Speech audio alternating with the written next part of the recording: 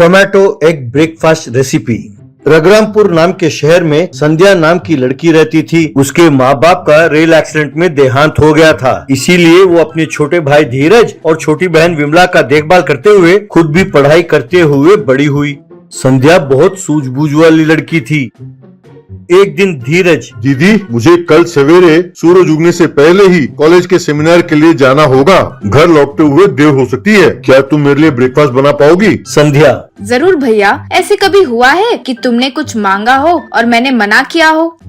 संध्या सवेरे सवेरे उठकर अपने भाई के लिए टोमेटो एग ब्रेकफास्ट बनाने लगी। संध्या ने टमाटर को काटा और उसके बीच वाले बीज वगैरह को निकालकर उसमें छोटे छोटे प्याज के टुकड़े काटकर स्टफ किया। फिर आलू के लंबे लंबे टुकड़े काटे और टमाटर के ऊपर रख दिया। फिर अंडे को फोड़कर टमाटर के ऊपर डाल दिया। फिर उसमें मिर्च के टुकड़े डाले। फिर आलू को कद्दूकस करके उसके ऊपर डाला। फिर चीज को भी कद्दूकस करके उसके ऊपर डाला।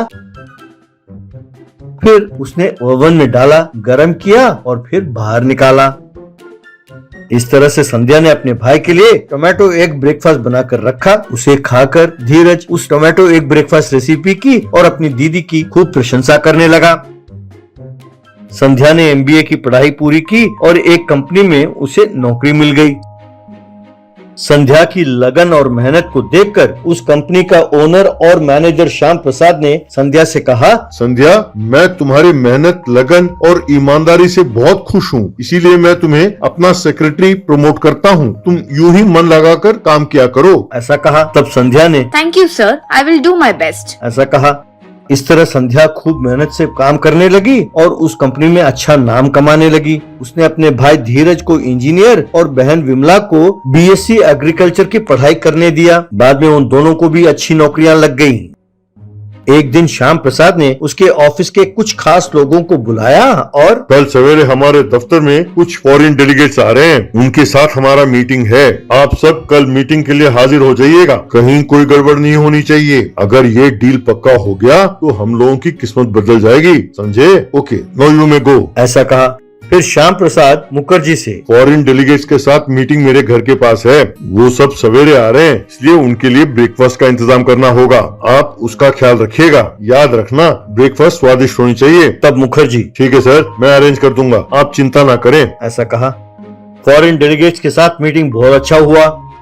तभी मुखर्जी श्याम प्रसाद के पास आया और कहने लगा, सर जो गाड़ी ब्रेकफास्ट लेकर आ रही थी वो गाड़ी बिगड़ गई है सर। ड्राइवर ने फोन किया, कह रहा था कि गाड़ी रास्ते में ही रुक गई है। वो कह रहा था कि ठीक टाइम पर ब्रेकफास्ट का पहुंचना मुश्किल है। श्याम प्रसाद नाराज होकर, यू इडियट, तुम ये अब मुझसे कह रहे हो? तभी संध्या, सर अगर आप मुझे परमिशन दे तो मैं ब्रेकफास्ट यूं चुटकी बजाती बना दूंगी। श्याम प्रसाद, शुक्र है भाई, तुम कुछ ना कुछ बना दो और मेरी इज्जत रख लो। तब संध्या ने तुरंत टोमेटो एग ब्रेकफास्ट रेसिपी बनाना शुरू किया।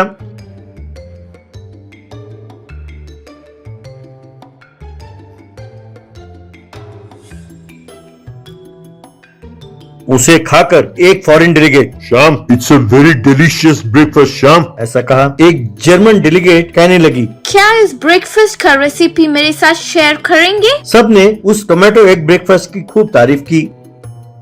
बाद में सब फॉरेन डेलीगेट्स वहां से चले गए। श्याम प्रसाद संध्या के पास आया और कहने लगा, आज तुमने मुझ पर बहुत बड़ा उपकार किया है, थैंक यू वेरी मच। तब संध्या, इतनी छोटी सी बात के लिए थैंक्स क्यों कह रहे हैं सर? यूं कहा। 2 दिन बाद श्याम प्रसाद को ईमेल भेजा गया जिसमें कहा कि डील ओके है। वो डील 100 करोड़ का था। ये पढ़कर श्याम प्रसाद के खुशी का ठिकाना नहीं रहा। वो तुरंत संध्या के पास आया और कहने लगा, ड्यूटी टाइम के बाद तैयार है ना, मुझे तुमसे कुछ काम है। संध्या, क्या काम है सर? यूं पूछा। श्याम प्रसाद, ये सब सवाल मत करो, यूं कहा। शाम को 6 बजे श्याम प्रसाद संध्या को अपने कार में बिठाकर अपने घर ले गया। फिर अपने माँ बाप से उसने संध्या का परिचय कराया। श्याम प्रसाद के पिताजी, श्याम प्रसाद हमेशा तुम्हारी बातें करता रहता है। फिर श्याम प्रसाद की माँ, बेटा हम बहुत दिनों से सपना देख रहे थे कि तुम जैसी सुशील, गुणवंती, मेहनत करने वाली, घर को संभालने वाली बहू मिल जाए। अगर तुम्हें मंजूर हो तो हम तुम्हें अपना बहू बनाना चाहते हैं। बोलो बेटा, तुम्हारा क्या ख्याल है? ये सुनकर शर्माती हुई संध्या ने हाँ कह दिया। सीताबाई ने तुरंत अपने गले से एक सोने का हार निकाला और संध्या के गले में डाल दिया। श्याम प्रसाद और संध्या की शादी बड़ी धूमधाम से हुई। धीरज और विमला के खुशी का ठिकाना नहीं रहा।